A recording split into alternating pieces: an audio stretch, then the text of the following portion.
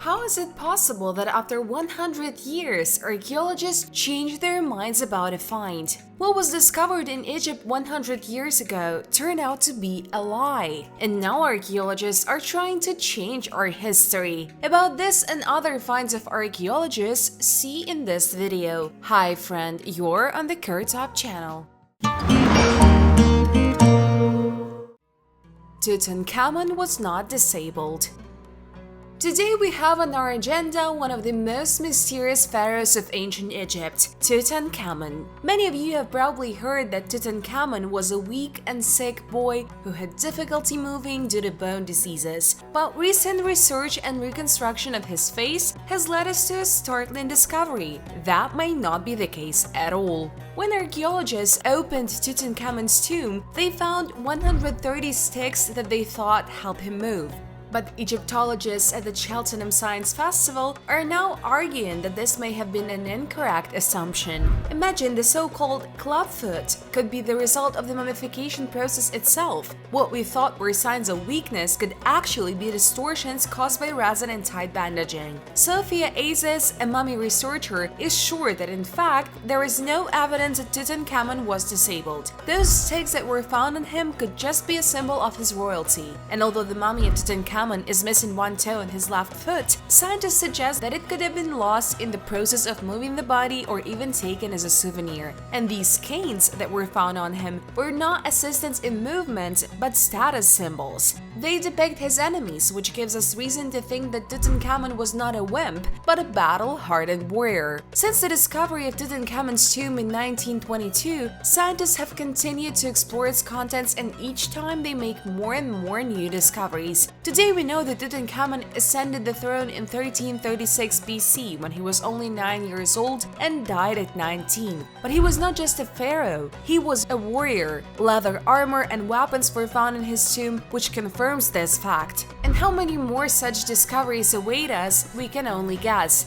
Increasingly, archaeologists are studying the same find again, and it turns out that the previous conclusions were completely false. Until that time, many films and cartoons were shot in which Tutankhamun was depicted as a disabled person. But what now? Is it worth trusting archaeologists after that? Write your opinion in the comments, and don't forget to subscribe to our channel if you haven't already.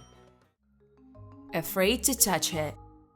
Imagine that you are sorting through your family's old things and suddenly find a book that was taken from the library back in 1927. This is what happened to Jim Perry from California when he opened a box with the belongings of his dead wife. In the midst of all this junk, Jim found a book called A History of the United States by Benson Lossing. The book looked old, but when he saw the St. Helena Library stamp and the issue date of 1927, he was amazed. He thought that his father-in-law, John McCormick, took the book and did not return it. 96 years have passed since then. Under the old library rules, the late fee was only 5 cents a day, but over that time, the amount has increased to an astronomical $1,756. But don't worry, in 2019, the library eliminated late fees so Jim didn't have to shell out. Instead, he returned the book to the library where it can now be seen in a glass case near the entrance. Chris Creighton, the library director who has been there for over 30 years, said it was the oldest book she had ever seen. "I was afraid to touch it," she admitted. "The book was falling apart," she said. History is literally all around us. Next time you're sorting through old stuff, take a closer look. Who knows what you might find? Stone phallus in Spain. Get ready for a fascinating story about how archaeologists in Spain discovered a secret item of warriors of the past which at first surprised researchers. I'm talking about a stone penis that turned out to be a grindstone. Archaeologists were at the excavations near the Mira Tower in the city of Rio de Vigo. This tower was demolished in 1476 during the Irmandina Rebellion when the peasants rebelled against the Spanish aristocracy. But here's the interesting thing. They came across a stone 15 centimeters long, which, as I said, was in the shape of a penis. In general, such a phallic image is often found in prehistoric symbolism, but is rarely found in artifacts of the Middle Ages, so the researchers were surprise. And then it turns out that this stone is not just a stone, it was a grindstone used to sharpen weapons before battles during the Ermendine uprising. After all, not only modern people love everything stylish and with humor, our ancestors were also not without a sense of humor. The researchers note that the stone reflects a symbolic connection between violence, weapons, and masculinity. Golden Diana.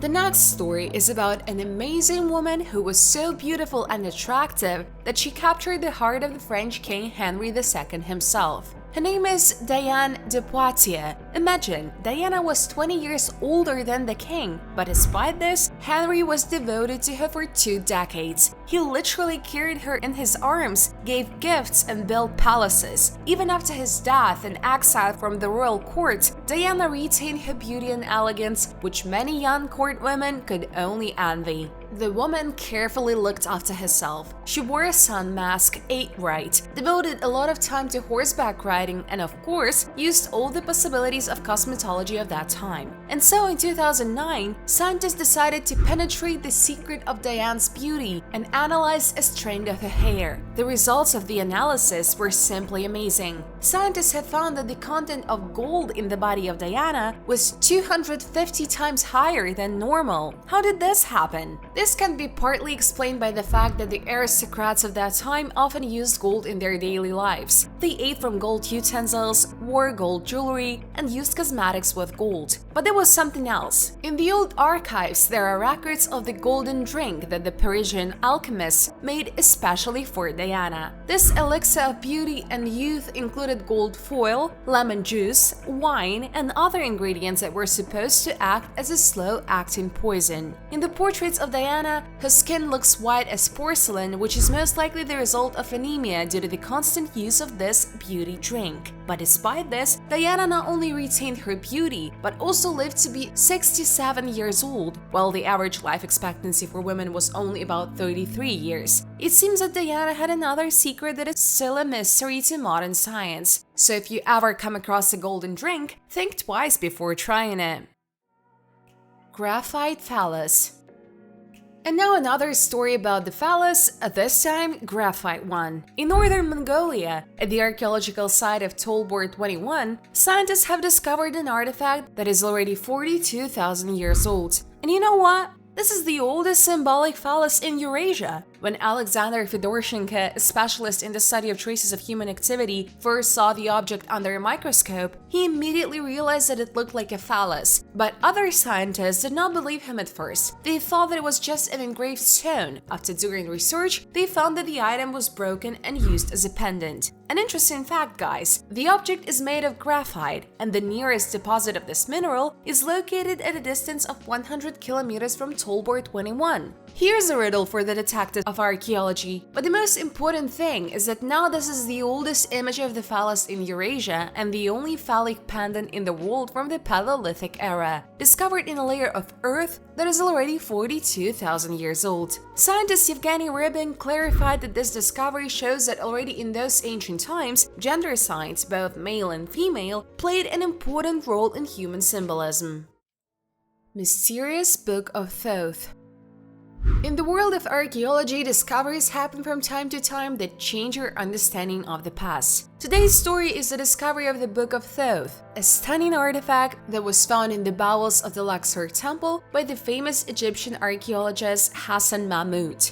Thoth, in ancient Egyptian mythology, is the god of writing, wisdom, and time. He is often depicted with the head of an ibis or as a baboon. It is believed that Thoth is a creator of hieroglyphs and numerous magical texts. The Book of Thoth is a scroll containing the prophecies and parables attributed to this god. The majestic scroll is made of high-quality papyrus and is extremely well preserved despite many centuries, but the most important thing in it is the content. In the process of studying this scroll, Hassan Mahmud discovered a mysterious message. He has knowledge hidden from the eyes. Whoever dares to read will gain the wisdom of the gods. This message seems to have been addressed to the king who owned the Luxor temple. This artifact is incredibly valuable for archaeologists and historians. It can shed light on ancient Egyptian ideas about the world, the gods, and also show how the ancient Egyptians interacted with these deities. The Book of Thoth is incredibly mystical. The opening of the scroll was a real revelation because its content and message allowed us to look into the depth of ancient Egyptian mythology, to touch the wisdom of a great civilization whose history is still shrouded in secrets. Mausoleum of the Ancient Roman Era.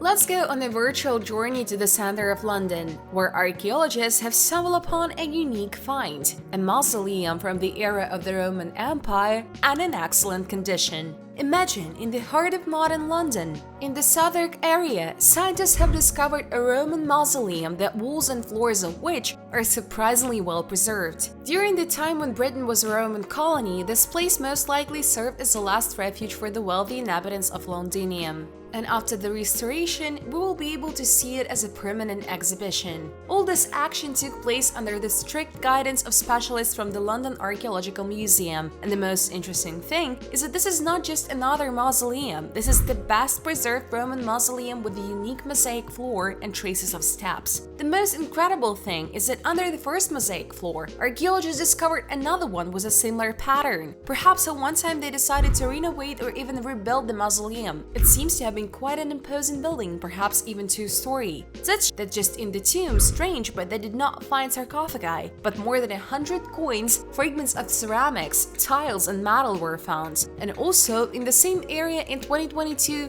a giant mosaic was discovered, the largest in the last 50 years. Now researchers are using 3D modeling to determine the exact age of the mausoleum and perhaps even find out who was its owner. Flute with hawk voice. Now let's go to Israel, to the site of the ancient settlement of Ain Mala. Here, under a layer of earth older than 12,000 years, 7 unique flutes made from thin bird bones were discovered. Imagine, these tools were created by our ancestors from the bones of birds of prey. Moreover, scientists are sure that the choice of bones and the location of the holes in them are not accidental. With their help, you can extract sounds very similar to the cries of birds of prey. According to researchers, these flutes were not musical instruments but were used for hunting. Ain Mala is an ancient settlement of the Natufians, the first hunter-gatherers who decided to settle in one place but did not give up hunting, fishing, and collecting fruits and plants. And they even learned to engage in agriculture and cattle breeding. Ain Mala is a near Hula Lake where migratory birds stop to rest. Based on the finds, local residents actively hunted waterfowl wintering on the lake. These flutes had from 1 to 4 holes, which, like in modern flutes, were clamped with fingers. Some even had a mouthpiece, and around the holes, there are a lot of scratches and marks proving that the tools were actively used. The researchers conducted an experiment and made the same flutes from dog bones. The sounds they made turned out to be very similar to the cries of birds of prey, kestrel and sparrowhawk. Presumably, with the help of these sounds, hunters attracted birds and then used their claws and feathers for decorations. Ancient leather boot.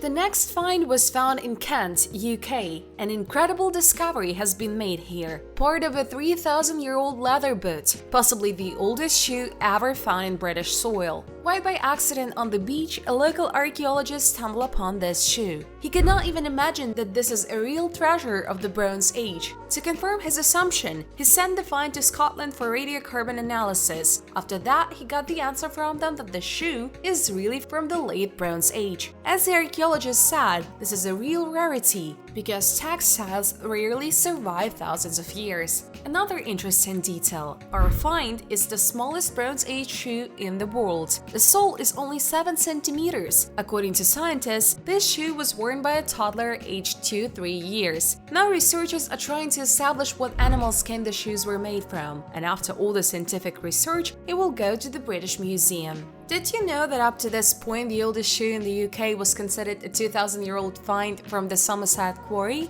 However, now we have a new record holder. The mystery of the invention of one device.